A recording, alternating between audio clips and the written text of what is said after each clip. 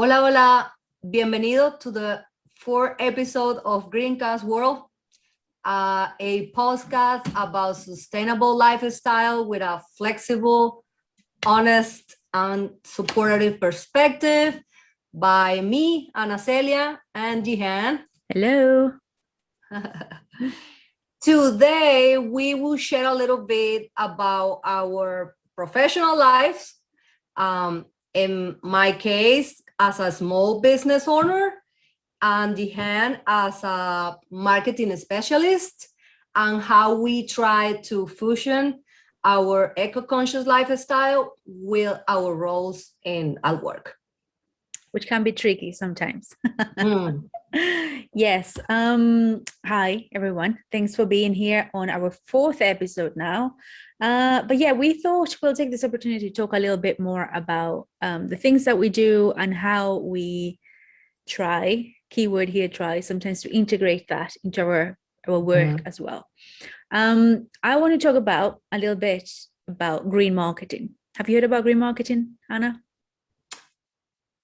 A little bit, yes. Yes, of course I have heard, but I want to hear you. So green marketing is the process of promoting products or services that are either environmentally friendly or are created in an environmentally friendly way. They can vary. They can be a product, they can be a service, they can be so many things. As long as your processes, either in making this product or your delivery, your packaging, everything is done in a sustainable way and it's green. This term was actually, it's not new. It was introduced in the 1980s and then the early 1990s. Again, when brands started seeing, kind of at the same time that greenwashing was term first came through, when brands started seeing the need in the market and they started seeing the more conscious kind of buyer and consumer. It is important to know that it doesn't have to be, as I said before, it doesn't have to be limited to advertising. I mean, your advertising can be green, but it's so much more than that. Your product can be green because, I don't know, it's made of bamboo, but it's so much than that. It is the process on how it was made, who made it, the miles, the air miles that it took to get to you, how is it distributed? Yes, the materials. It is all of it. It's not just like, oh, this is green because it's made of bamboo and that's it, because you have to be very careful, because that is when brands fall into greenwashing, which is not what we want to do here. And we were having a conversation just before we started the podcast about brands, because we don't like to name and shame, but we do like to give you examples. But one good example of greenwashing, see what I mean?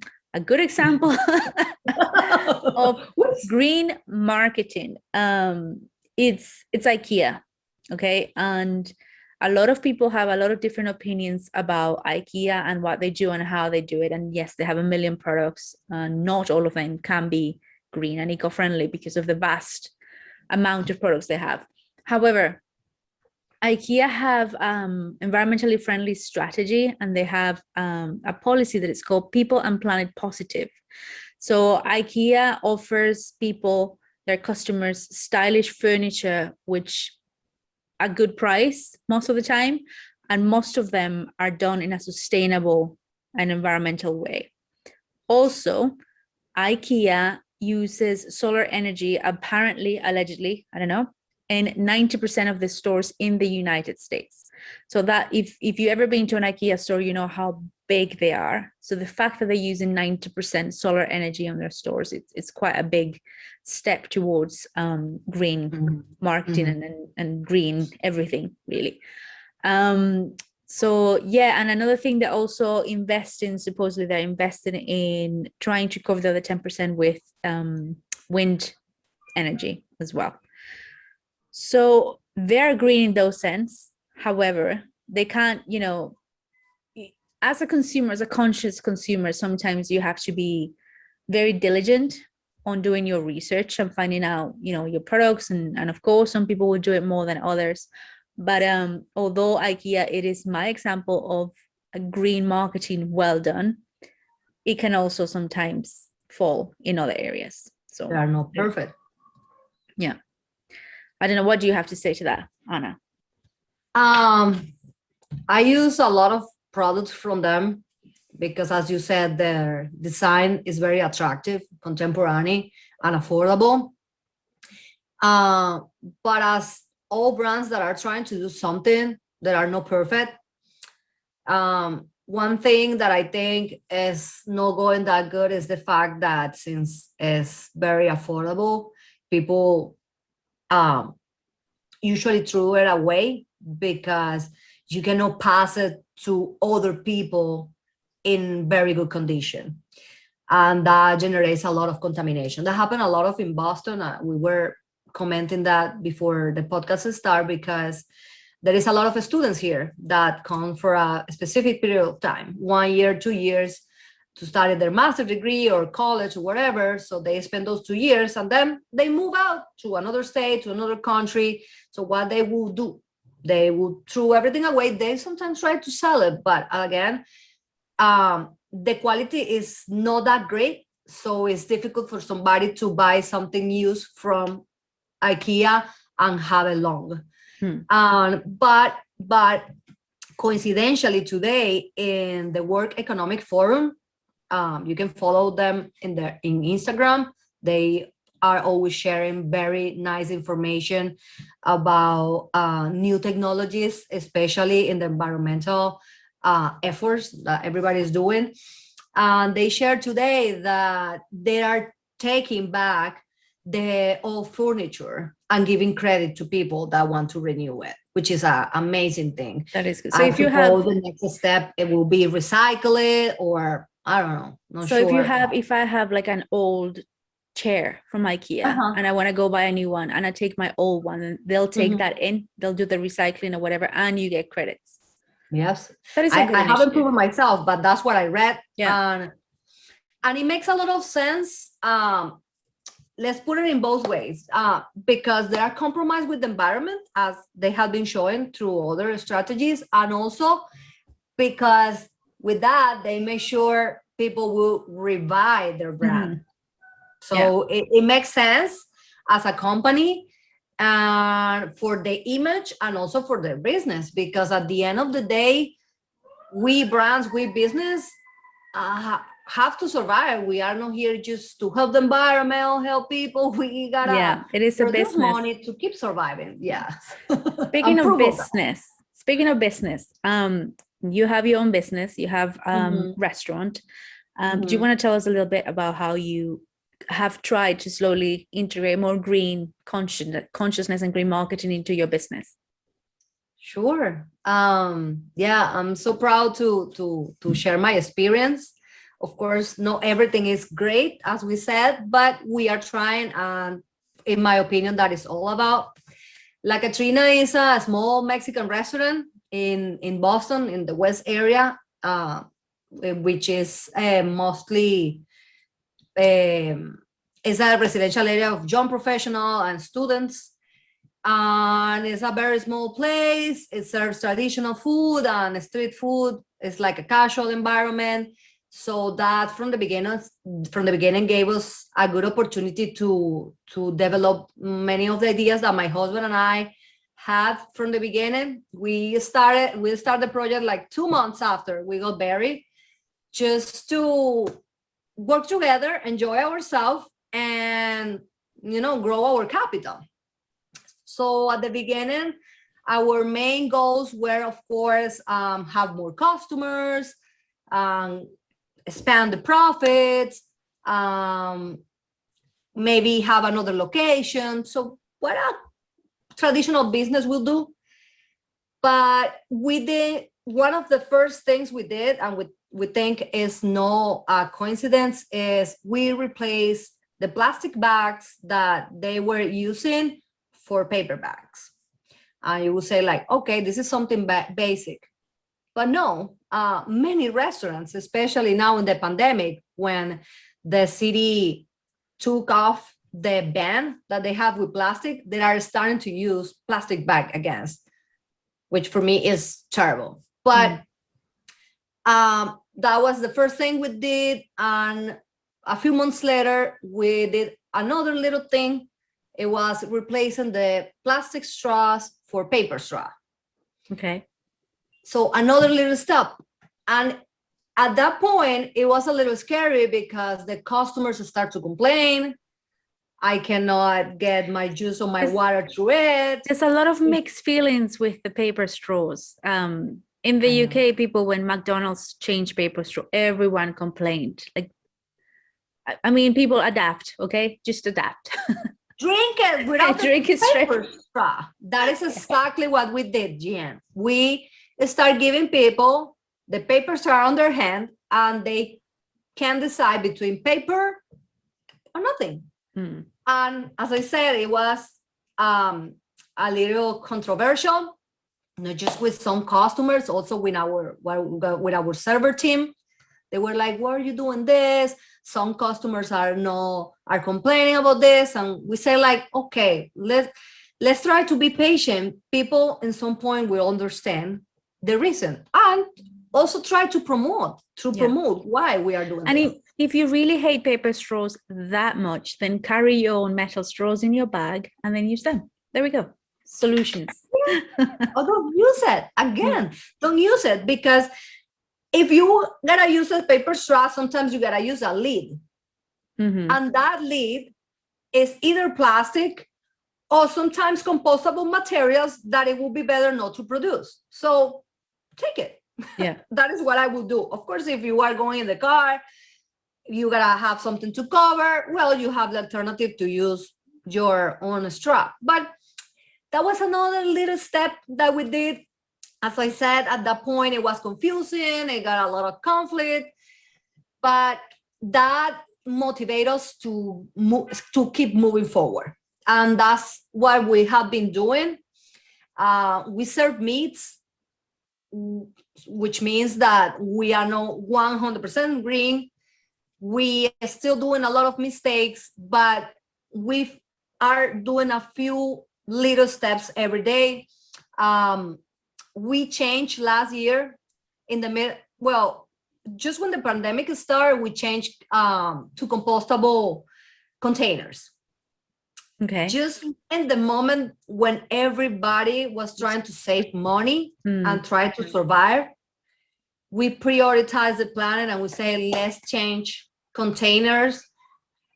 We were serving in aluminum. That is one of the best recyclable materials. But when they are dirty, they are not. And how many people really wash the container before placing in the recycle bin?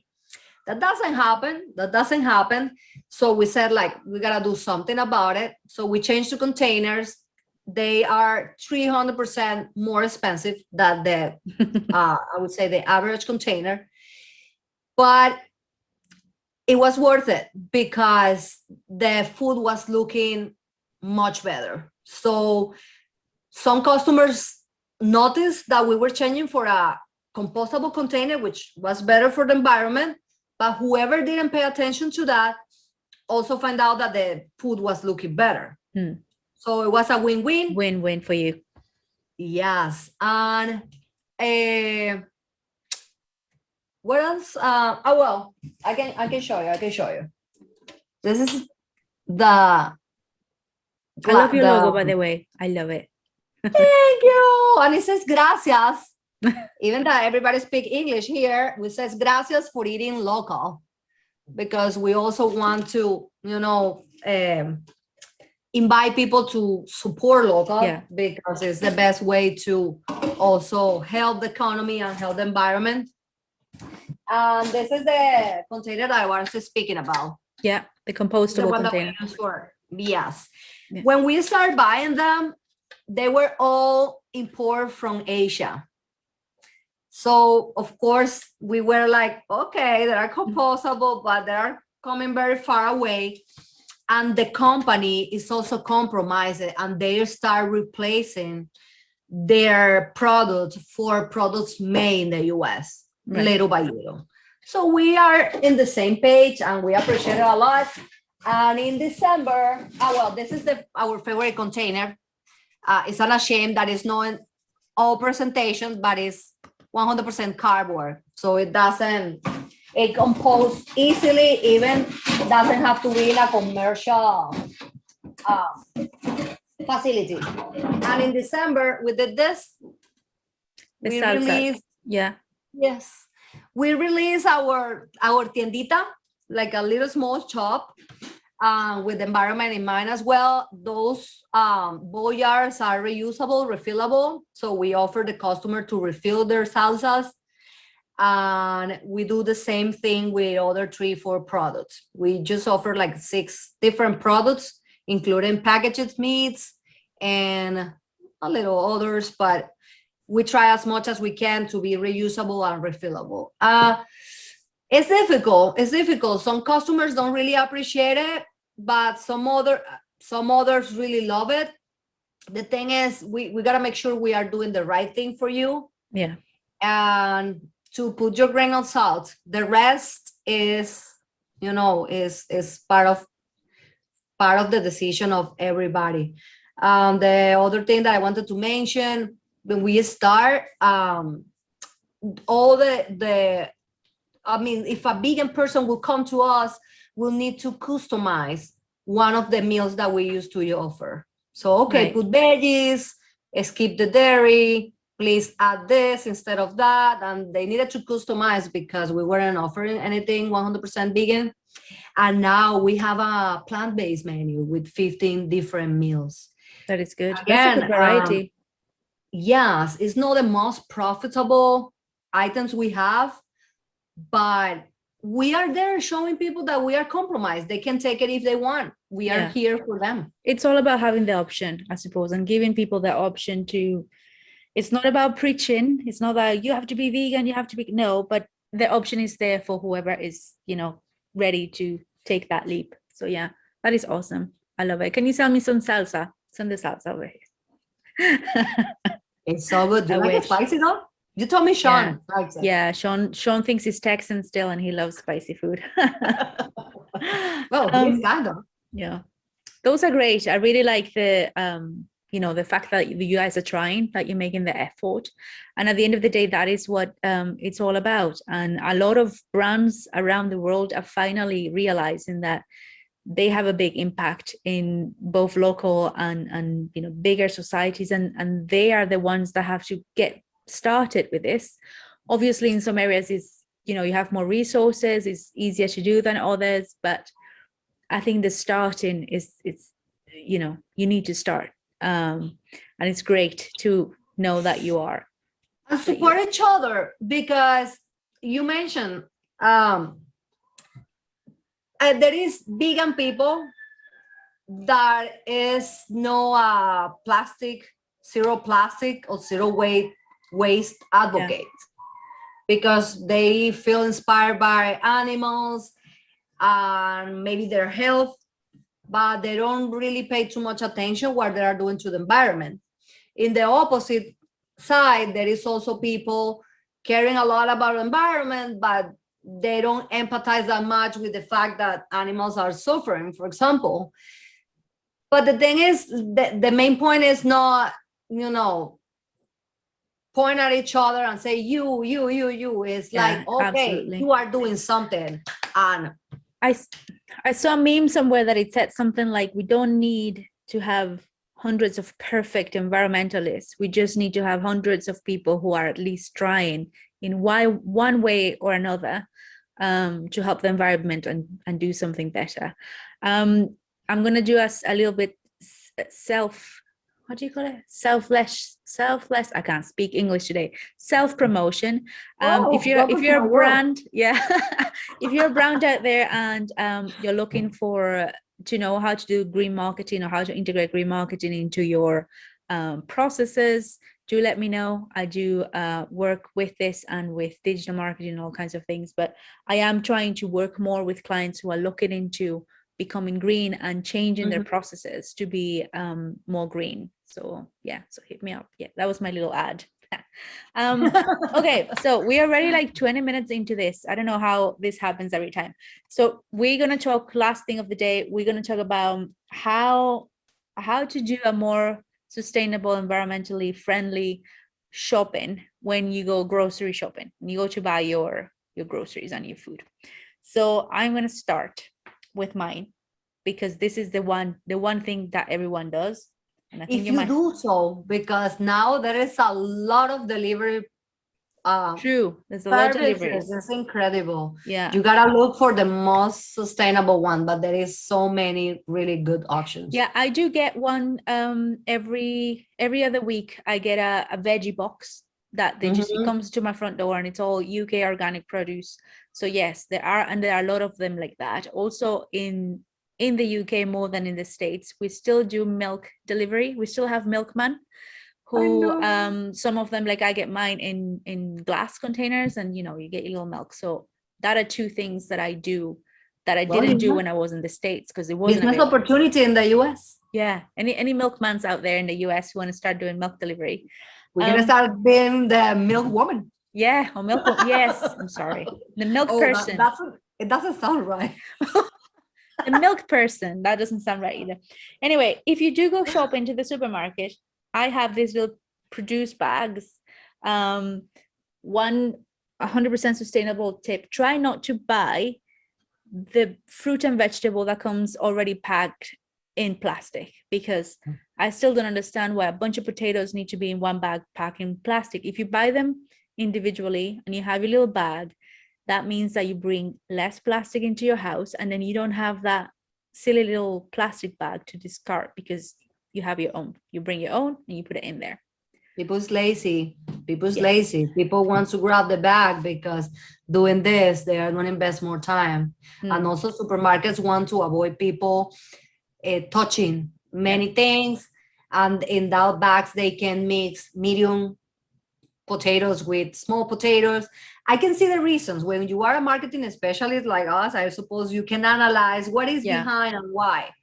But if you have a little bit environmental consciousness, you say, okay, I can lose a little money, but it's still like more attached to They the also do environmental a lot of aspect. the pre-cut vegetables in the States more than here, and people tend to buy those, and you're paying more money for a celery that is chopped where you can just buy the whole thing cheaper without the plastic and you get more celery. But yeah, it happens. No, and also if it happened a lot with the fruits.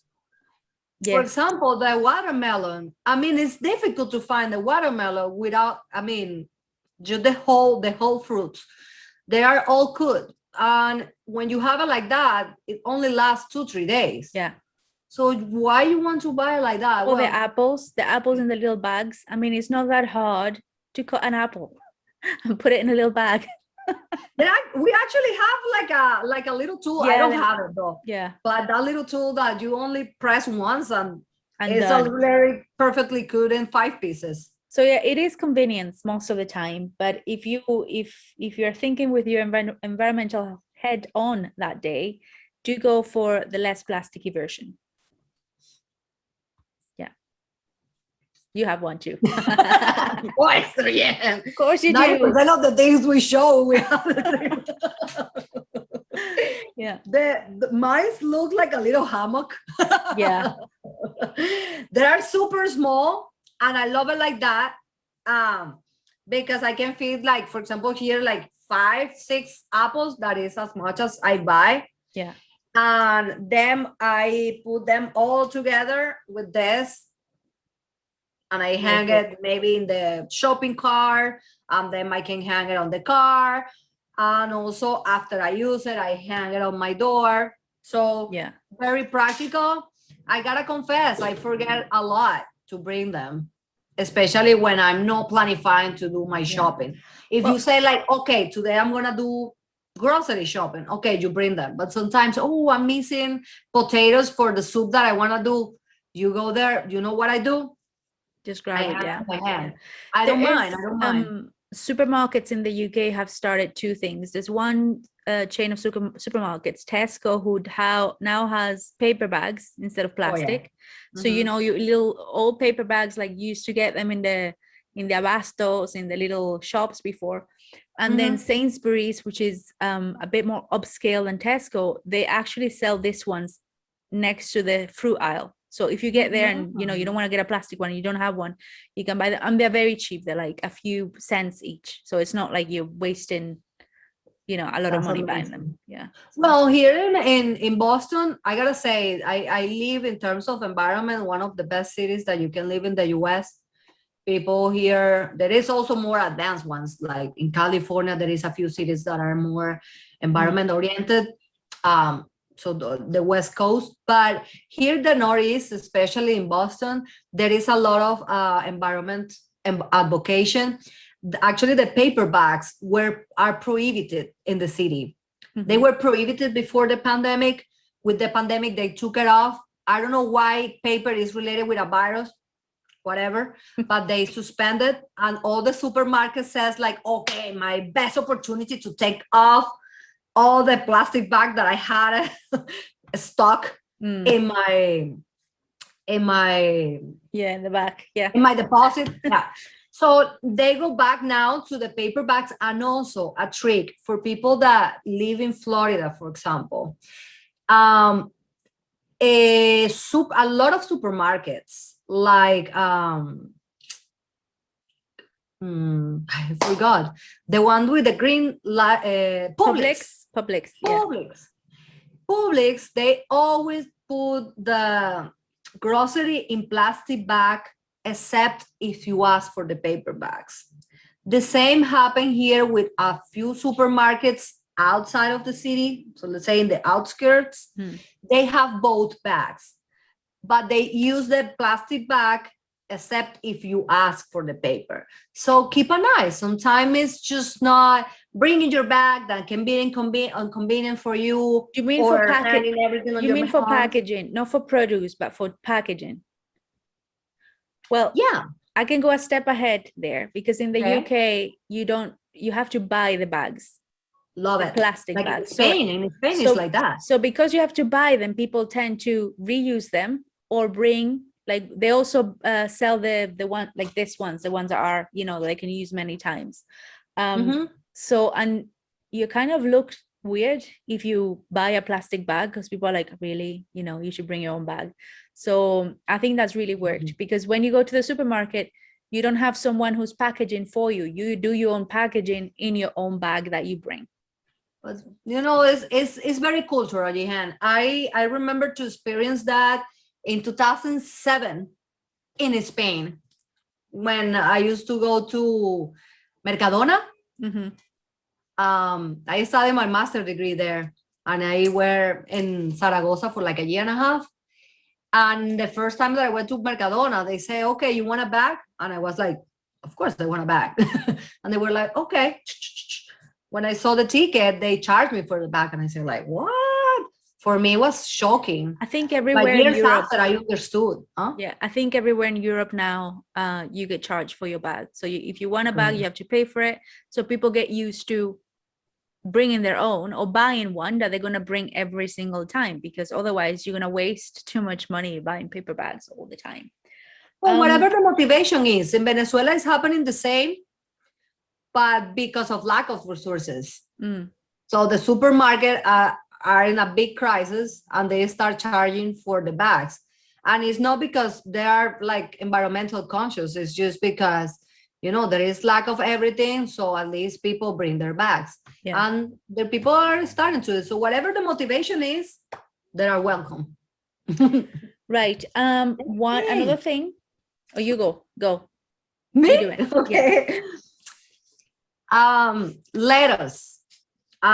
It's very common, I don't know there, but here, to find lettuce or the greens for salad in a plastic container. But if you look carefully, you will find an aisle with lettuce that is usually wrapped with elastic.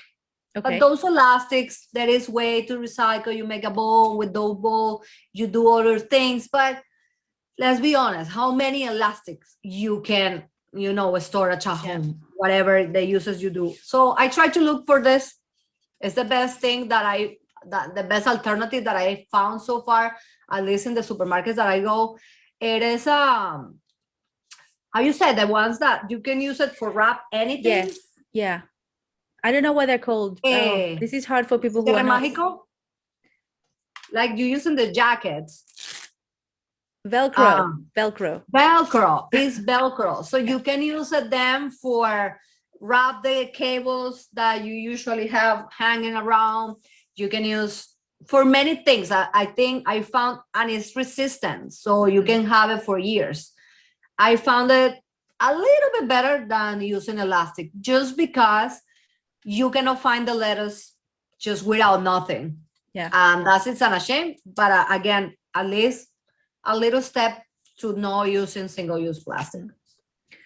Okay, next thing I'm gonna say is I, whenever possible, try to buy things that are in glass containers. So everything I can, it's always in glass, because either I can reuse the little pot or I can recycle it. I can wash it and I can send it to recycle. That's important, people. If you're recycling, you need to wash your containers before you put them on the recycling bag. Otherwise, you're not doing anything, because when it gets to the recycling center, chances are they're just going to put it aside because they contaminate the other things. So by contamination, they discard it. So try to wash them, just give them a wash.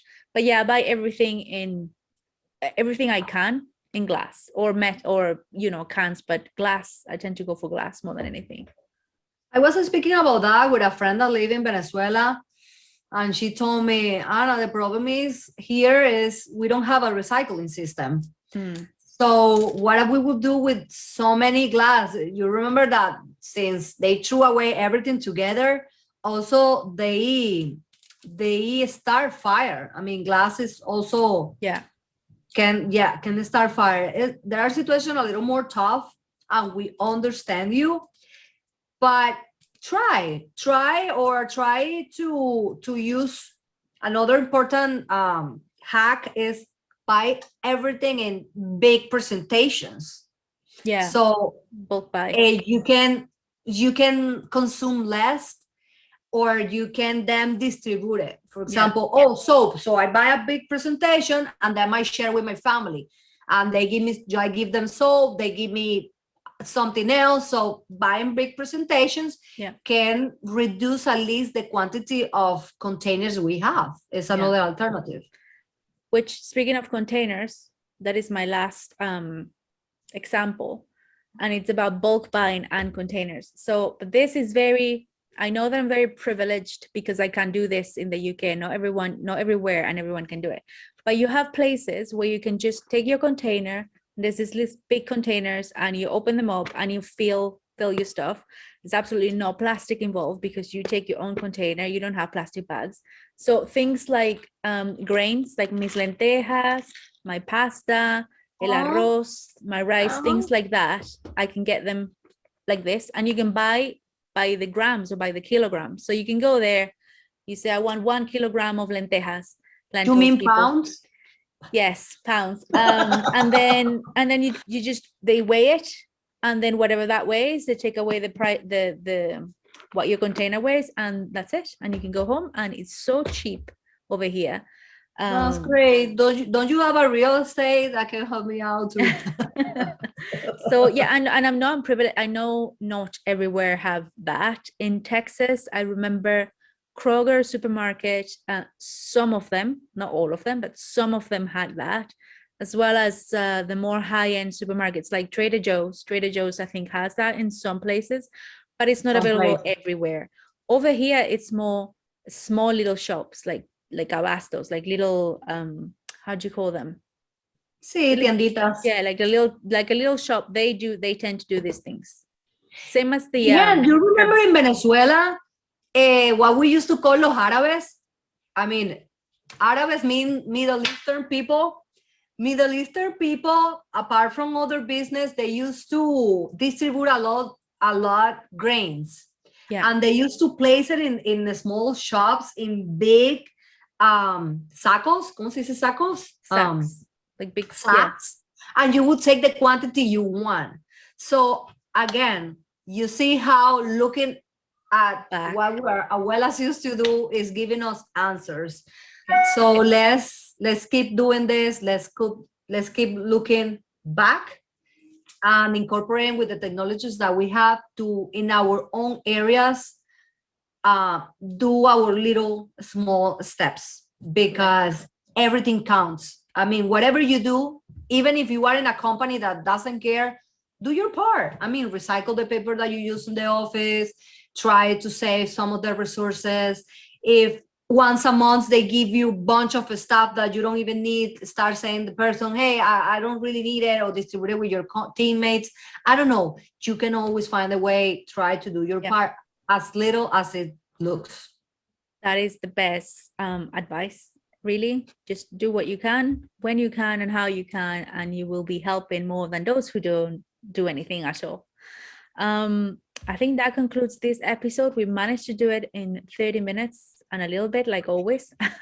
So tune in next week. We are delighted to have you, and we're so happy. If you have any questions, just leave them down here, or leave them on Facebook. Sorry, not Facebook, Instagram, or whatever, just let us know. Talk to us. We want to hear you. Suggestions, anything you have, just let us know. And please click the subscribe button. See you next time. See you next time. Bye.